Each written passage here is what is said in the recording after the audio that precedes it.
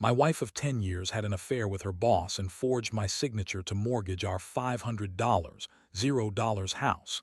Now she's suing me for half the property after I exposed her deception. Was she really planning to take everything from the start? Hello everyone. Before we begin today's video, I need your help. We've noticed that the channel is losing traction, and subscribing is one of the best ways you can support us. It's quick, free, and allows us to continue bringing you great content. Your support means everything. Let's keep this channel growing collectively. Thank you very much. Now let's begin the video, using a throwaway for obvious reasons with certain specifics modified to preserve anonymity. I never thought I'd find myself in a situation like this. Honestly, it feels like some bad soap opera, but it's my life and it's real. The thing is, my wife, Lisa, was always the type to be charming, manipulative even, but I never suspected she'd go this far. She's been acting weird for a while now, secretive texts, late nights at work, and when I'd ask her about it, she'd brush me off with some snarky comment or a fake smile. I should have seen the signs, but I was blinded by love and the comfort of our life together. We've been married for 10 years, and in that time we built a life that seemed pretty stable, beautiful house, nice cars, decent jobs. I thought I knew her inside out. Turns out I didn't know anything. Things started to get strange about 6 months ago. She was more distant, often on her phone, disappearing into the study for hours. She'd lie about where she was, claiming she was at some business dinner, but I caught her in a few small lies that didn't add up. I tried to ignore it, telling myself maybe she was just stressed or had some work issue.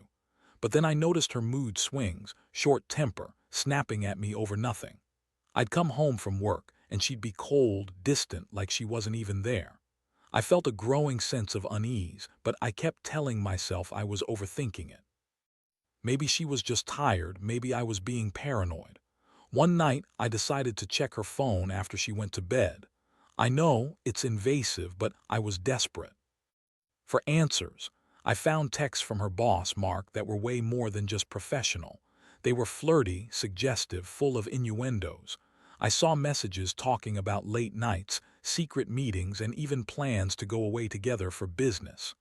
My stomach dropped. I couldn't believe what I was reading. The woman I loved was cheating on me with her boss. It felt like a punch to the gut. I kept reading, and then I saw something that made my blood run cold. A message from Lisa where she said she was done pretending, that she was going to leave me and start a new life with Mark. She even mentioned forging my signature on some documents to secure a mortgage on the house. That's when I knew she was planning to take everything. I was furious. How could she do this? After 10 years, after everything we built, she was planning to screw me out of our home, our life.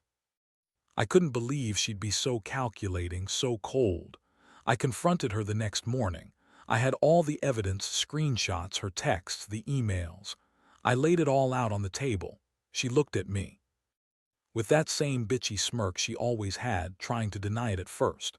"You're overreacting, Tom," she snapped. "You don't understand what's going on. Mark's just a friend, and I was just talking to him about work."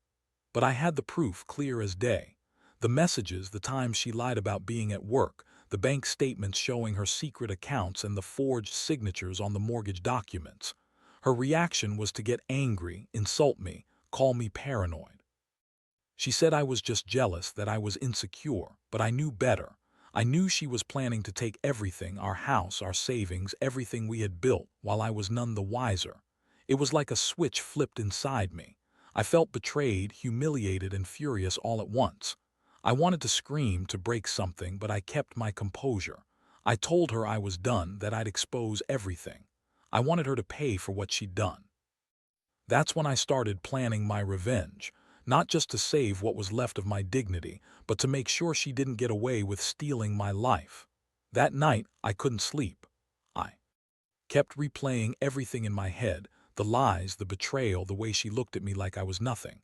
It was a shock I don't think I'll ever recover from. The woman I loved, the woman I trusted, was a liar and a thief. I felt so stupid, so naive for not seeing it sooner. But now I knew I had to act. I couldn't let her get away with this. The game was on, and I was determined to win. The next few days were a blur of anger and cold calculation. I spent hours digging through her phone, her email accounts, bank statements, anything I could get my hands on. I needed to understand the full extent of her plan. Turns out, I wasn't just dealing with a cheating wife. She'd been orchestrating this for months, maybe longer. She had opened a secret bank account under a fake name, probably to hide her earnings from Mark, and she'd been funneling money into it.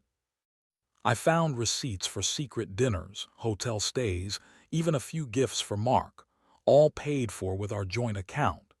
She'd been planning to leave me, and she'd been preparing to take every penny we had. What really set me off was the mortgage scam. I found the forged documents, her signature, my name, all fake. She'd gone to the trouble of forging my signature to take out a second mortgage, claiming the house was collateral for some shady business deal with Mark. I couldn't believe she risked everything, including our home, just to be with her lover and to get her hands on my money. I felt sick to my stomach. I'd trusted her for 10 years, and all along she was plotting her escape at my expense. I knew I had to confront her again, but this time differently. I needed proof, legal backup, a plan. I couldn't just blow up everything without thinking it through. I reached out to a lawyer I knew, someone who specialized in financial crimes and marital disputes. I wanted to get everything documented, to see what I could do legally to stop her. Meanwhile, I kept quiet at home, trying to keep my cool, but inside I was boiling. Every time I looked at her, I saw the woman who'd betrayed me, who'd lied to my face and forged my signature. I felt like I was living in someone else's nightmare. One evening she came home early, much earlier than usual. She was acting nervous, fidgeting, avoiding my eyes. I played it cool, but inside I was calculating my next move. I knew she'd be back to her old manipulative ways, trying to gaslight me, deny everything. But I had enough evidence now. I decided I'd catch her in the act if she slipped up. I set up a hidden camera in the living room, nothing complicated, just a small device I bought online. I wanted to see what she was up to when she thought I wasn't looking. I didn't trust her anymore. That night, she was more bitchy than usual, snapping at me over nothing. I pretended to be unaware, but I was watching her every move through the camera feed. She was on her phone, texting Mark. I could see it. She kept looking over her shoulder, trying to hide something. Then she got up and went into the study, probably to meet him or talk to him about the next step in her plan. I felt a surge of satisfaction, knowing I was finally catching her red-handed. It was like watching a criminal get caught in the act. I knew I couldn't let her get away with this anymore. I had to make sure she paid for what she'd done. I was ready to expose her, to fight for what was mine. My trust was shattered, and I wasn't going to let her walk away with everything. This was about more than money now. It was about respect, dignity, and justice. I'd been naive for too long, and now I was finally taking control. I didn't know exactly what I was going to do yet, but I knew I had to act fast. The truth was out, and I had the evidence. The game was on, and I was determined to win it. The following days were a whirlwind of planning and emotional turmoil. I spent countless hours with my lawyer, poring over every document I'd uncovered. The forged signatures, the secret bank accounts, the shady mortgage, everything pointed to her clear intention of screwing me over. I couldn't believe she'd been so calculating, so willing to destroy what we had for her own gain. The more I learned, the more I realized she had been planning this for months, maybe longer. She was never the innocent wife I thought she was. She was a con artist hiding behind a pretty face and a bitchy attitude. I also started to notice her behavior shifting. She was more aggressive, more dismissive. She'd lash out at me over the tiniest things, trying to push me away like she was already preparing to leave. I knew her well enough now to see her cracks. Her lies were starting to unravel, and she was getting more frantic. I kept my cool, pretending everything was normal, but inside I was simmering with anger. I was ready to take her down, to make her regret ever crossing me. One afternoon, I decided to confront her more directly. I told her I knew everything about the affair, the forgery, the secret accounts. Her face twisted into that bitchy smirk again, and she tried to deny it all. "Tom, you're crazy," she snapped. "You're just jealous because I've been working late, that's all. Mark's just a client, nothing more." She looked so convincing I almost believed her for a second, but I had the evidence. I handed her the copies of the forged documents, the bank statements, the texts.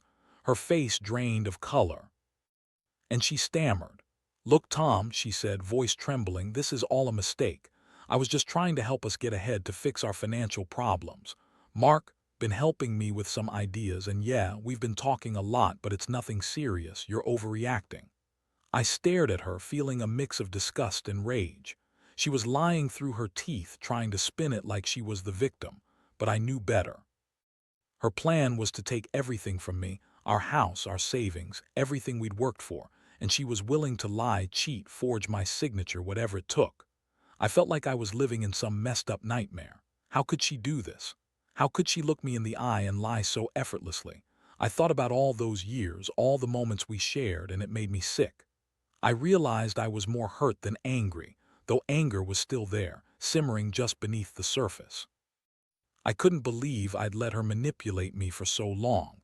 I had trusted her blindly, and now I saw her for what she really was, a manipulative, selfish bitch who wanted everything. That night I couldn't sleep. I stayed awake, staring at the ceiling, replaying everything in my head.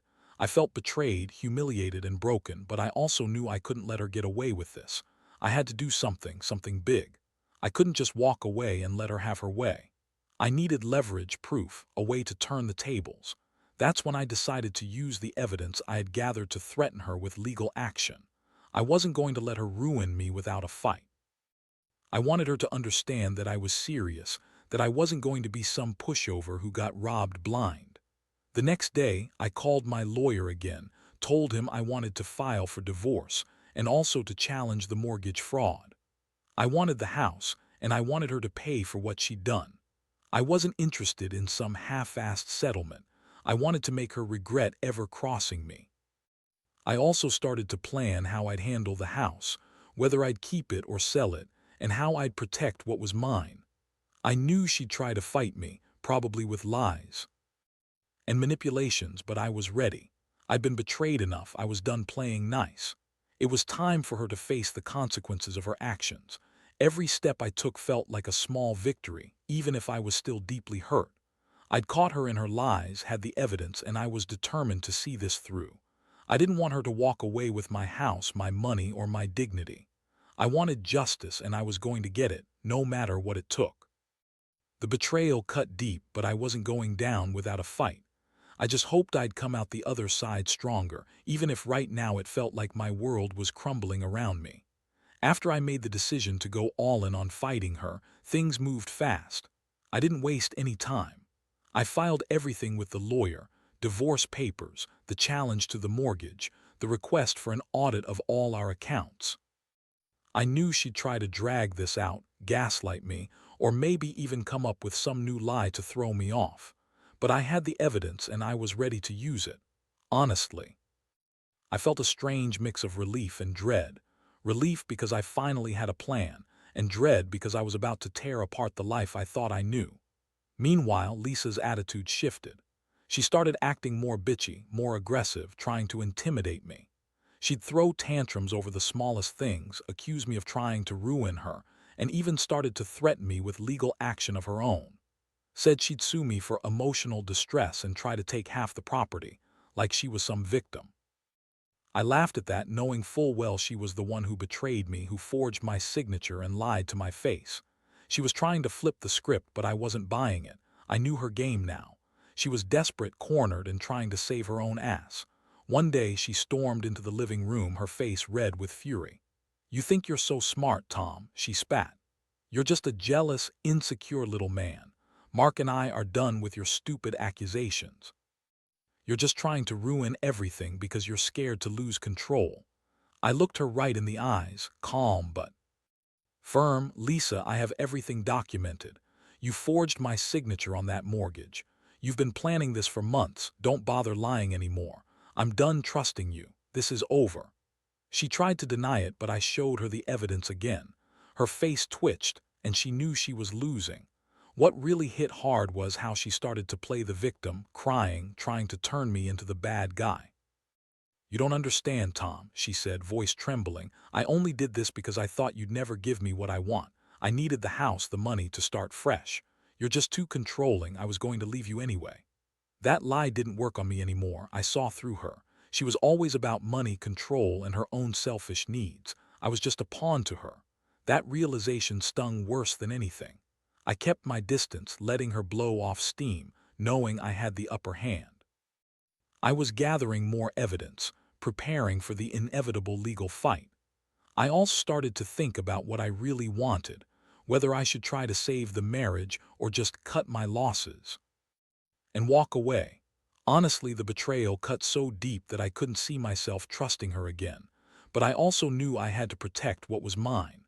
That house, those savings, they were hard-earned, and I wasn't going to let her take them without a fight. In the meantime, I was also secretly hearing a private investigator to confirm her meetings with Mark. I wanted to know exactly what they were planning, how deep this thing went. The more I uncovered, the clearer it became that she'd been lying to me for months, maybe even years, about her intentions. She'd been planning her escape, forging my signature and siphoning off money, all while pretending everything was fine. The thought of losing everything, our house, our life savings, made me furious. But I also felt a strange relief. Finally, I was seeing the truth, and I was determined to fight for what was rightfully mine. I started to prepare emotionally, trying to get my head straight. It was hard. I'd loved her for so long, and now I was faced with the fact that she'd been planning to take everything from me. I kept asking myself, was this just about money, or was there something more? Did she ever love me at all? The answers were painful, but I knew I had to stay strong.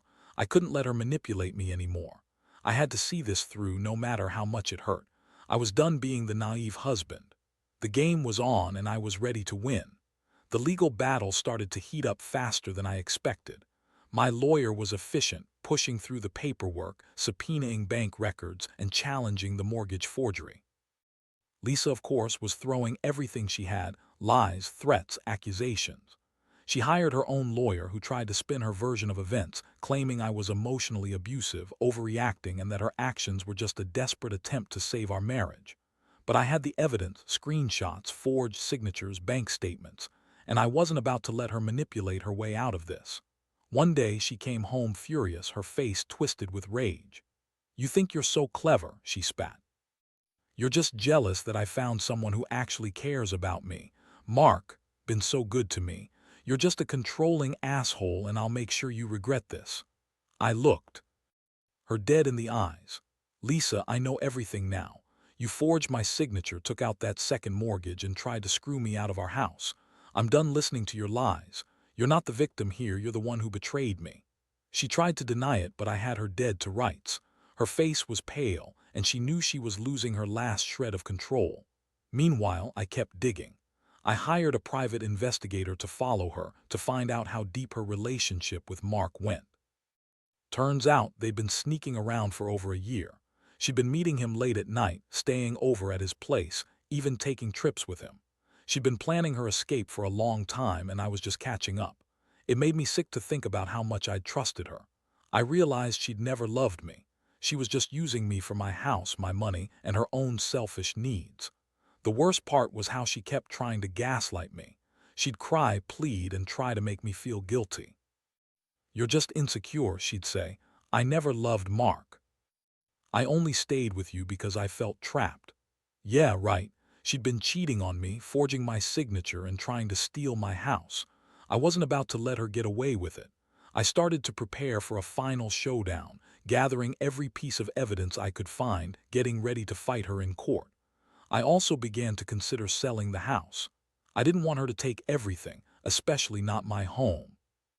I looked into refinancing, figuring I could buy her out if I had to, or sell and start fresh somewhere else. I didn't want her to profit from her lies. Every day I felt more motivated to see this through. I'd been betrayed beyond what I thought possible, but I wasn't going down without a fight. I was determined to hold on to what was mine and make her pay for her treachery. The emotional toll was huge. I felt humiliated, angry, and betrayed, but I also felt a strange sense of clarity. I knew I had to stay strong for myself. I couldn't let her manipulate me anymore. I was finally seeing her true colors: selfish, manipulative, and willing to do anything to get what she wanted. I realized that I'd been living a lie, and now that I knew the truth, I could finally take control. I didn't know exactly how it would end, but I was ready.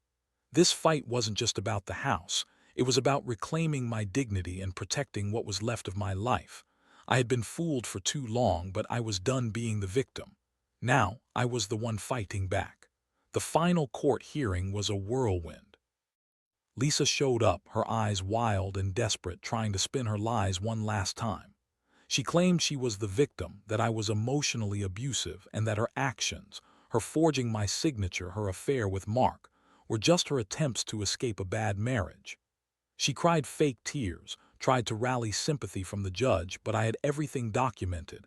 Every email, every bank statement, every piece of evidence that proved her betrayal.